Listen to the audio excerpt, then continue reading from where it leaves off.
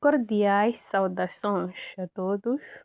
Meu nome é Regina Chaguala, estudante do ICEM, do curso de Gestão Empresarial do segundo ano, e trago hoje na minha apresentação a norma 13, ativos tangíveis, referente à cadeira de Contabilidade Financeira 2, sobre orientação do docente Abílio Muxanga.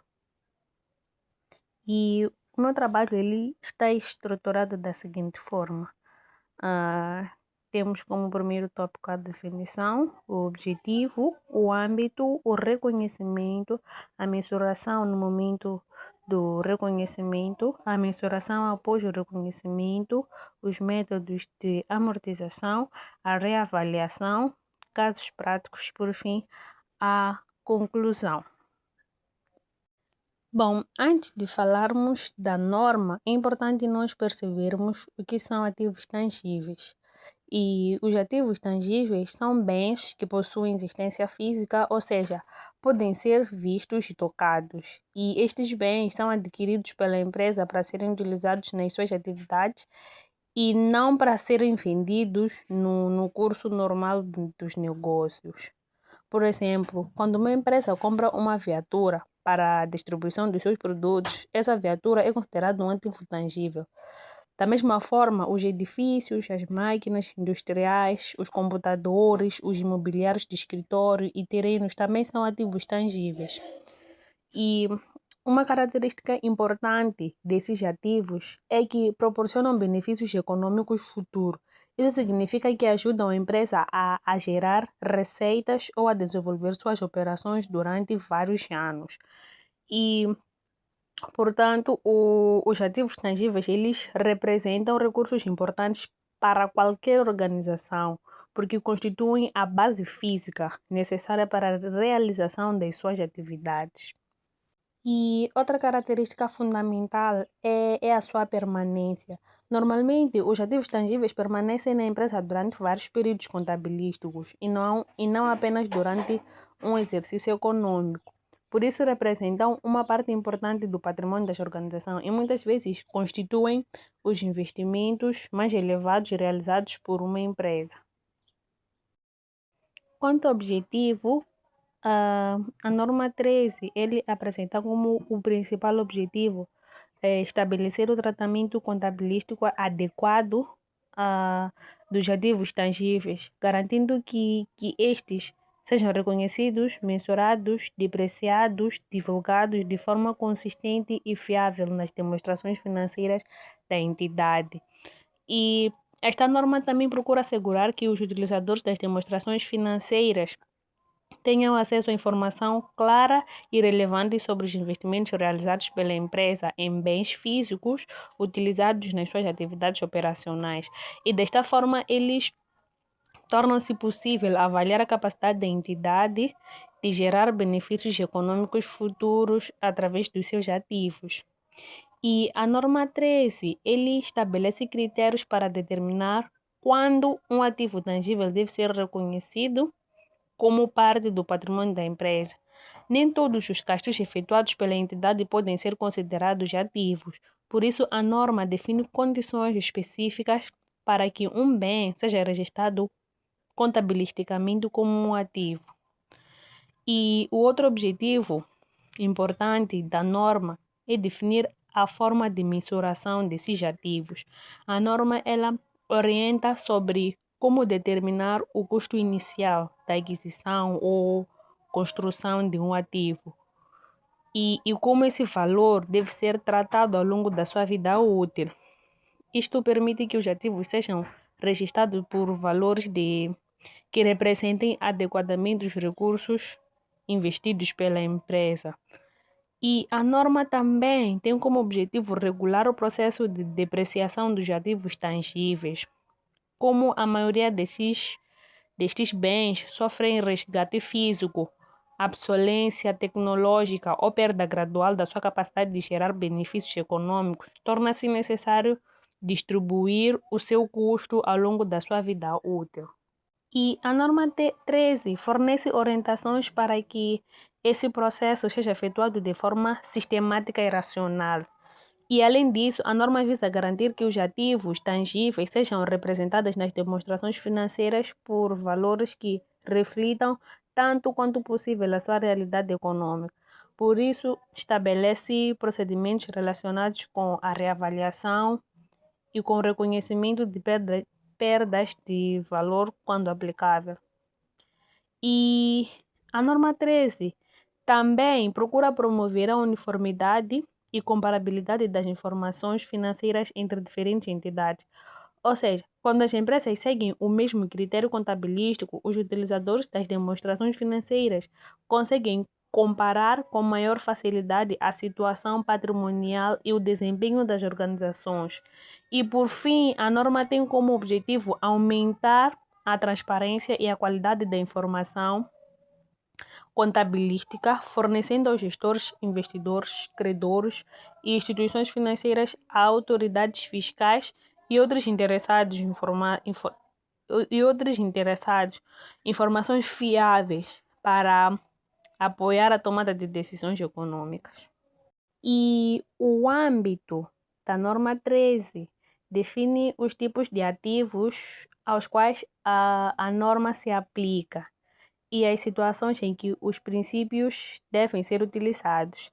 Em termos gerais, esta norma aplica-se à contabilização dos ativos tangíveis detidos por uma entidade para serem utilizados na produção ou fornecimento de bens e serviços, para arrendamento a terceiros ou para fins administrativos e que se esperam para que sejam utilizados durante mais um período contabilístico. Os ativos tangíveis representam uma parte importante do patrimônio das organizações, pois constituem os recursos físicos necessários para o funcionamento das suas atividades. E a norma estabelece as regras para o reconhecimento, mensuração, depreciação e divulgação desses ativos nas demonstrações financeiras. Bom, a norma 13, ela aplica-se a uma grade variável de bens utilizados pela empresa.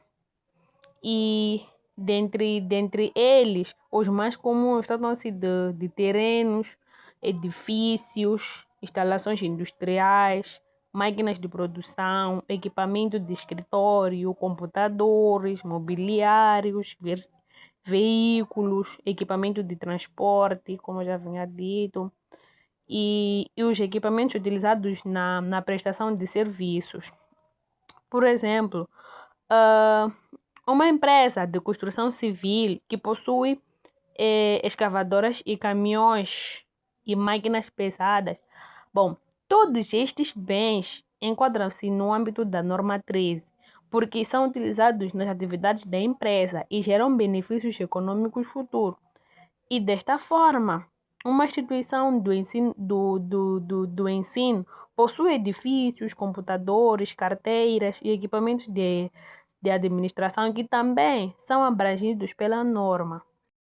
E esta norma não aplica-se a ativos biológicos, não aplica-se a recursos minerais, não aplica-se a ativos destinados à venda, porque esses ativos possuem formas próprias de valorização e mensuração, exigindo o tratamento contabilístico diferente dos aplicados aos ativos tangíveis comuns. E agora vamos ao reconhecimento. O reconhecimento é uma das etapas mais importantes da contabilização dos ativos tangíveis, pois determina o momento em que um bem passa a ser registrado nas demonstrações financeiras na entidade como parte do seu patrimônio. Então, de acordo com a norma 13, um item do ativo tangível deve ser reconhecido como um ativo quando satisfazer determinados critérios estabelecidos pela norma. E estes critérios existem para garantir que apenas os bens que realmente representam recursos econômicos da entidade sejam registrados contabilisticamente. E o reconhecimento adequado dos ativos, ou seja, o reconhecimento adequado aos ativos é essencial, porque aos ativos tangíveis é essencial porque influencia diretamente a posição financeira da empresa e os resultados dos exercícios e a qualidade da informação apresentada aos utilizadores das demonstrações financeiras. E o critério de reconhecimento, ou seja, para que um ativo tangível seja reconhecido, devem ser satisfeitas duas condições fundamentais. A primeira é a probabilidade de benefícios econômicos futuros, onde o primeiro critério exige que seja provável que os benefícios econômicos futuros associados ao ativo fluam para uma entidade. Isso significa que o ativo deve contribuir direta ou indiretamente para a geração de receitas ou para o desenvolvimento das atividades da empresa. E os benefícios econômicos futuros, eles podem surgir de várias formas, como na produção de bens, nas prestações de serviços, na redução de custos operacionais, na utilização administrativa e no arrendamento a terceiros. Por exemplo, quando uma empresa procura uma máquina industrial, espera-se que essa máquina participe na produção de bens durante vários anos, contribuindo para a geração de receitas. E, e nesse caso, existe uma expectativa clara de benefícios econômicos futuros. E da mesma forma, uma viatura utilizada para a distribuição de mercadorias ajuda a empresa a realizar as suas operações comerciais, constituindo também uma fonte de benefícios econômicos futuros. E a segunda condição é a mensuração fiável do custo, onde essa segunda condição, ela estabelece que o custo do ativo pode ser mensurado com fiabilidade e a empresa deve conseguir determinar com segurança o valor investido na aquisição ou construção do ativo. Normalmente, esta condição é facilmente satisfeita porque existem documentos que comprovam os valores pagos, tais como as faturas, os recibos, os contratos de compra, os documentos de transporte, o comprovativo de instalação. Se não for possível determinar com segurança o valor do ativo, o reconhecimento poderá não ser apropriado. E a mensuração fiável é importante porque garante que os valores apresentados nas demonstrações financeiras sejam credíveis e verificáveis. Mensuração no momento do reconhecimento. A mensuração no momento do reconhecimento refere-se ao processo de determinar o valor pelo qual um ativo tangível será registrado, inicialmente na contabilidade da entidade. E depois de se concluir que o ativo satisfaz os critérios de reconhecimento, é necessário também estabelecer um montante que será apresentado nas demonstrações financeiras. E, de acordo com a norma 13, um ativo tangível deve ser inicialmente mensurado pelo seu custo. E isso significa que o ativo é registrado pelo valor total gasto pela entidade para adquirir ou construir o bem e colocá-lo em condições de funcionamento. E o principal custo é fundamental porque proporciona uma base objetiva e fiável para o registro contabilístico. E desta forma a entidade consegue demonstrar claramente quanto investiu na aquisição do ativo. E o custo do ativo tangível corresponde ao montante pago para adquirir o bem, acrescido de todos os gastos diretamente atribuíveis à sua colocação no local e nas condições necessárias para funcionar conforme pretendido pela gestão. E os custos não se limitam apenas ao preço pago ou ao fornecedor. Muitas vezes, existem outros gastos indispensáveis para que o ativo possa ser utilizado. E por esta razão, a norma 13 estabelece que o custo inicial pode incluir vários elementos.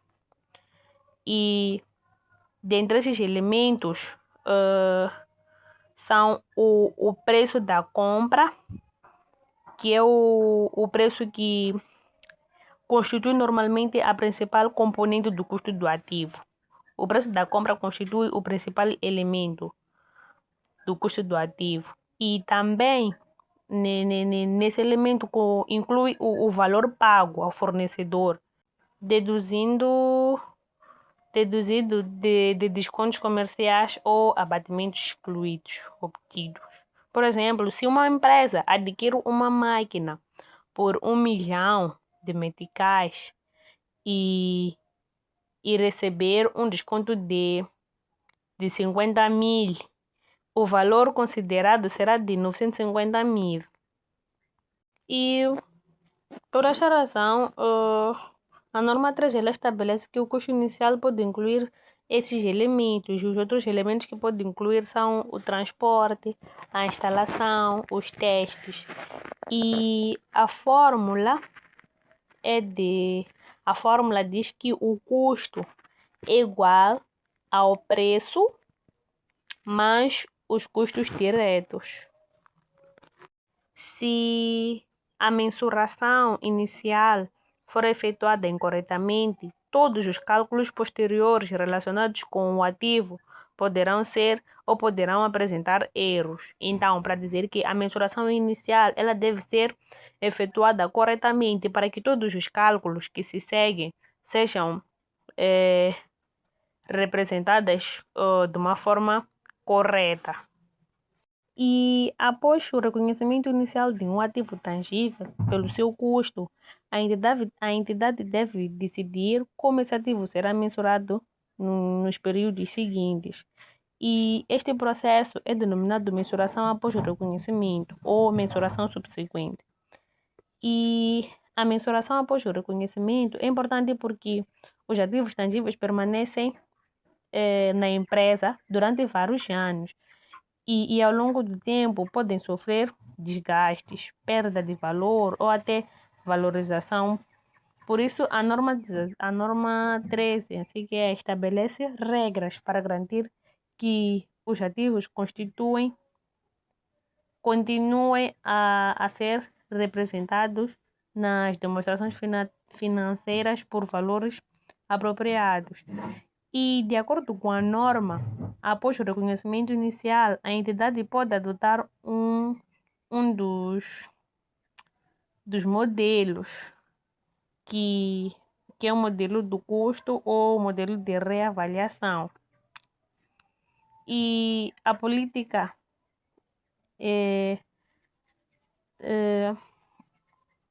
escolhida deve ser aplicada de forma consistente a toda a classe de ativos. Tem um modelo também baseado no justo valor. E o modelo do custo é o método mais utilizado pelas empresas devido à sua simplicidade. Segundo este modelo, o ativo continua registrado pelo seu custo inicial, deduzido da depreciação acumulada e das perdas por imparidades acumuladas. E a fórmula é o valor contabilístico, que vai ser igual ao custo inicial, menos a depreciação acumulada e menos as perdas por imparidade. O que significa que, à medida que o ativo vai sendo utilizado, o seu valor contabilístico diminui gradualmente. Por exemplo, uma empresa compra uma máquina por 1 milhão e após 3 anos, a depreciação acumulada é de 300 mil e a perda por imparidade é de 50 mil. E o valor contabilístico vai ser 1 milhão menos a depreciação acumulada, que são de 300 mil, e menos os 50 mil da perda por imparidade. Então, o que vai nos dar o resultado de 650 mil. E este será o valor representado nas demonstrações financeiras. E o modelo da reavaliação permite que os ativos sejam representados por valores mais próximos do seu justo valor. E após a reavaliação, o ativo é registrado pelo seu valor reavaliado, deduzido da depreciação acumulada e das perdas por imparidade posteriores. O justo valor corresponde normalmente ao valor de mercado do ativo na data da avaliação.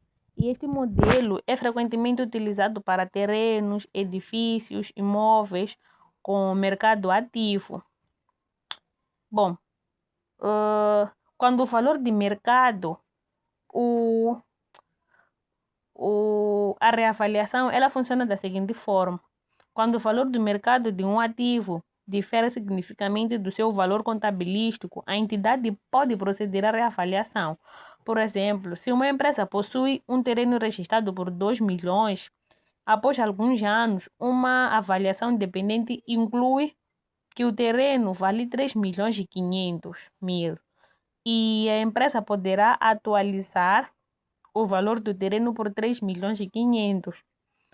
E neste caso, ocorre um aumento de 3 milhões e 500 menos 2 milhões, que vai ser 1 milhão e 500. A reavaliação permite que o ativo seja representado por um valor mais próximo da realidade econômica. Métodos de amortização. A amortização, também designada por depreciação, no caso dos ativos tangíveis, é o processo de distribuição sistemática do valor depreciável de um ativo ao longo da sua vida útil. E quando uma empresa adquire um ativo tangível, como uma máquina, viatura ou equipamento, esse ativo não mantém o mesmo valor para sempre. Com o passar do tempo, o uso contínuo, o desgaste físico, a evolução tecnológica e os fatores provocam uma diminuição da sua capacidade de gerar benefícios econômicos. E por esta razão, a norma 13 exige que o custo do ativo seja repartido pelos períodos em que é utilizado, permitindo que cada exercício econômico suporte uma parte do custo correspondente aos benefícios recebidos. E a depreciação não representa uma saída de dinheiro, trata-se apenas de um procedimento contabilístico destinado à demonstração ou a demonstrar a perda gradual de um ativo. E os modelos de amortização são o modelo de custas constantes, o modelo de desgaste funcional e a soma de dígitos. O modelo das custas constantes, o método o método das cotas constantes é um método que é também conhecido como o método linear e que consiste em atribuir o valor depreciável do ativo de forma igual ao longo da vida útil. E este método parte do princípio de que o ativo gera benefícios econômicos de maneira uniforme durante todo o período da utilização. E assim, a cota de amortização permanece constante de um ano para o outro. Por exemplo, uma máquina cujo o seu custo é de 500 mil e o valor residual é de 50 mil e a vida útil de 5 anos, a cota anual vai ser 50 mil menos vai ser 500 mil menos 50 mil do valor residual dividido pela vida útil, que são de 5 anos, e vai dar 90 mil. Temos também o método de desgaste funcional, que é um método que baseia-se na utilização efetiva do ativo e não apenas no tempo. Ou seja, a amortização é calculada de acordo com o nível da atividade de produção ou utilização do ativo. E quanto mais o ativo for utilizado, maior será a amortização registrada. E este método é muito utilizado em máquinas industriais, em equipamentos de mineração, equipamentos agrícolas e em viaturas de transporte. E tem como fórmula a amortização vai ser igual ao custo menos o valor residual dividido pela produção total estimada. Por exemplo, se o custo for de 1 milhão e o valor residual for de 100 mil meticais e a produção prevista for de 90 mil unidades. A taxa por unidade, para calcular a taxa por unidade, vamos fazer 1 milhão menos 100 mil e vamos dividir pela produção prevista, que são 90 unidades. Então, vamos ter como resultado 10 meticais por unidade. Então, a taxa por unidade vai ser de 10 meticais se a máquina produzir 8 mil unidades num ano. Vamos fazer 8 mil vezes 10, porque nós já sabemos que a taxa por unidade é de 10 meticais. E aqui nos diz, se a máquina produzir 8 mil unidades por ano, nós vamos calcular esse 8 mil unidades vezes 10, que vai nos dar 80 mil. E a amortização deste ano será de 80 mil meticais.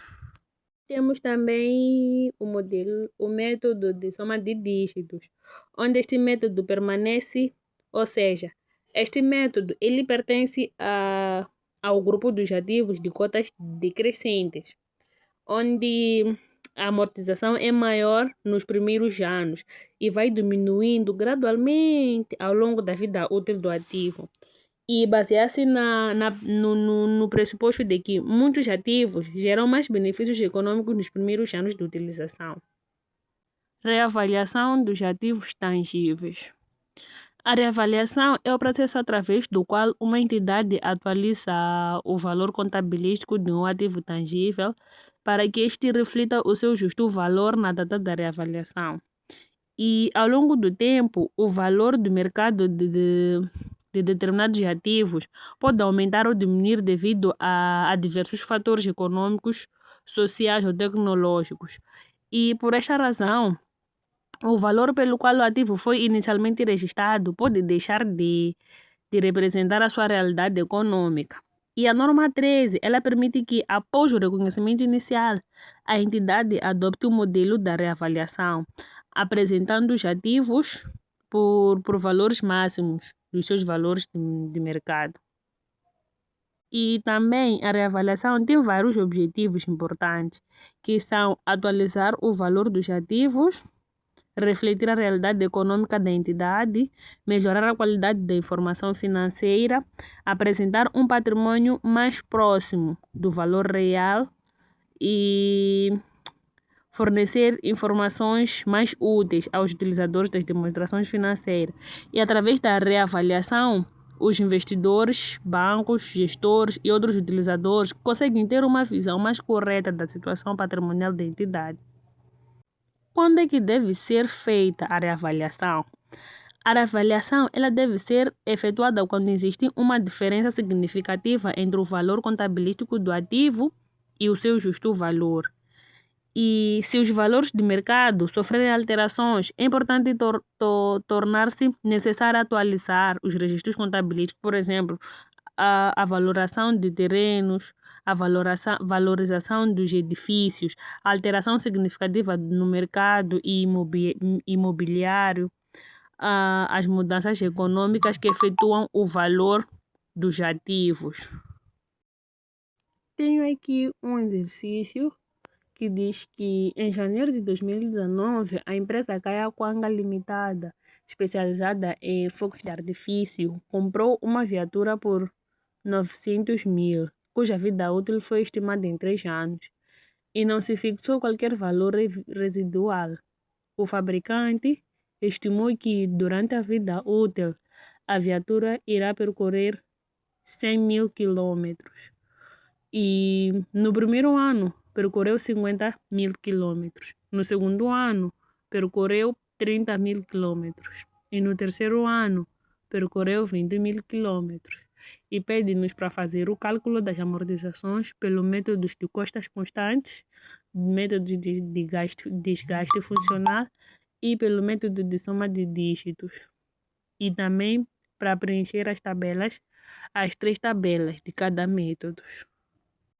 Temos aqui a resolução, onde vamos calcular primeiro usando o modelo das cotas constantes. Temos como o valor da aquisição é igual a 900 mil, a vida útil é igual a 3 anos e o valor residual é igual a 0. Nós não tínhamos o valor residual. Primeiro vamos fazer a amortização anual, que é igual a valor de aquisição menos valor residual dividido pela vida útil, onde vamos ter 900 mil menos 0, porque é o valor residual que não tínhamos, dividido por 3, que é a vida útil, que vai ser igual a 300 mil. Então, no ano 0, a cota de amortização será igual a 0. Uma vez que no ano 0 o nosso bem ainda não tinha perdido nenhum valor. O seu valor contabilístico será de 900 mil meticais. No primeiro ano, temos a cota de amortização, que será de 300 mil meticais. E a amortização acumulada também será de 300 mil meticais, porque fizemos 300 mil vezes o primeiro ano, que nos deu 300 mil neste caso, e o valor contabilístico que é igual ao valor de aquisição, que é 200 mil vezes a amortização acumulada, que nos deu 600 mil. E no segundo ano, a nossa cota de amortização foi de 300 mil, a amortização acumulada foi de 600 mil e o valor contabilístico foi de 300 mil. No terceiro ano, a cota de amortização foi de 300 mil, a amortização acumulada foi de 900 mil e o valor contabilístico foi de 0. Ou seja, no último ano, o bem já não tem nenhum valor. De seguida, temos o método de desgaste funcional, onde a capacidade era de 100 mil quilômetros. E no primeiro ano temos 50 mil quilômetros, no segundo ano 30 mil quilômetros, no terceiro ano 20 mil quilômetros. Então, nós vamos usar a fórmula da amortização acumulada, que será igual à utilização dividido pela capacidade, multiplicado pelo valor de aquisição menos o valor residual. No primeiro ano, a nossa utilização era de 50 mil quilômetros, então vai ser 50 mil dividido por 100 mil, que é o valor da capacidade, e porque nos dizem que a viatura havia de percorrer 100 mil quilômetros. Então, nós vamos dividir pelos 100 mil e vamos multiplicar pelo 900 mil.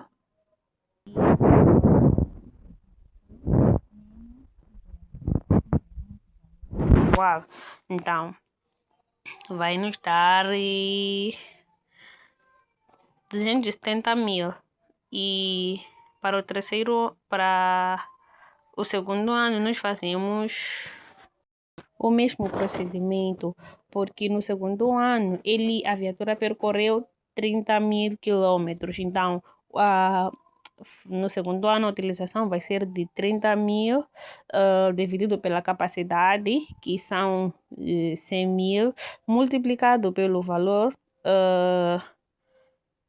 que são de 900 mil, menos o valor residual, que não tínhamos, por isso que também colocamos zero, que vai nos dar esse resultado. E quanto ao terceiro ano também, nos diz que a viatura percorreu 20 mil quilômetros. Então, nós multiplicamos os 20 mil pela capacidade, que são de 100 mil, e multiplicamos pelo o valor de aquisição, que são 900 mil, menos o valor residual, que foi de zero, e vai nos dar o valor de 180 mil. Então, temos aqui os resultados. Para o primeiro ano, nós temos 450 mil. Para o segundo ano, temos o 270 mil. E para o terceiro ano, temos 180 mil. E de seguida, vamos à tabela, onde já podemos ver a diferença do primeiro método, porque as cotas de amortização são diferentes, mas no cálculo da amortização acumulada, no primeiro ano é de 450 mil, a amortização acumulada também de 450 mil, e o valor contabilístico é de 450 mil. E no segundo ano,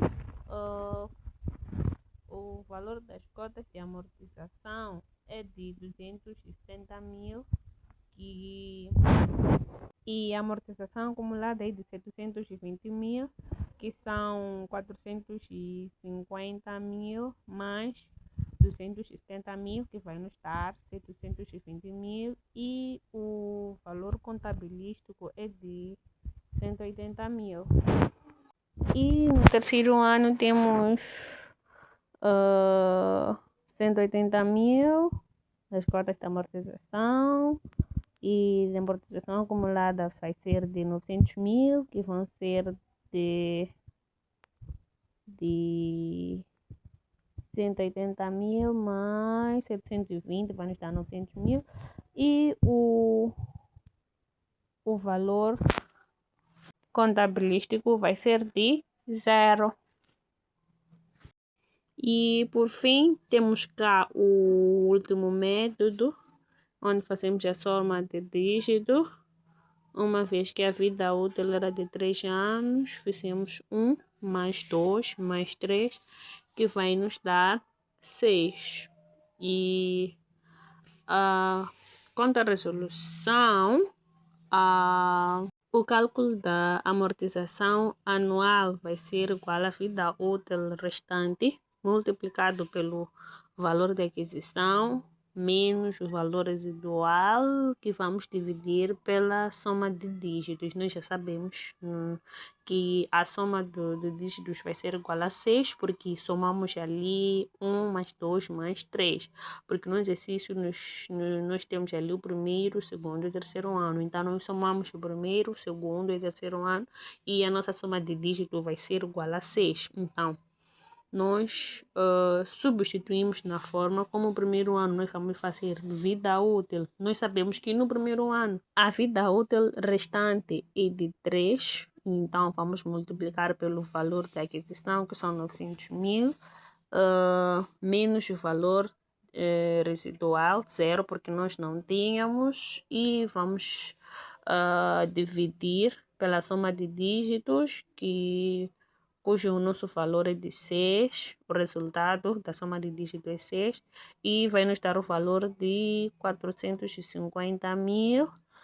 E no segundo ano, a vida útil restante é de 2, vamos multiplicar pelo valor de aquisição, que são 900 mil, menos 0, dividido por 6, que vai nos dar 300 mil. E no terceiro ano, a vida útil restante é de 1, vamos multiplicar pelo valor de aquisição, que são 900, menos 0, que é o valor residual, dividido por 6, que vai ser igual a 150 mil. E de seguida vamos à nossa tabela, que é o mesmo processo do preenchimento.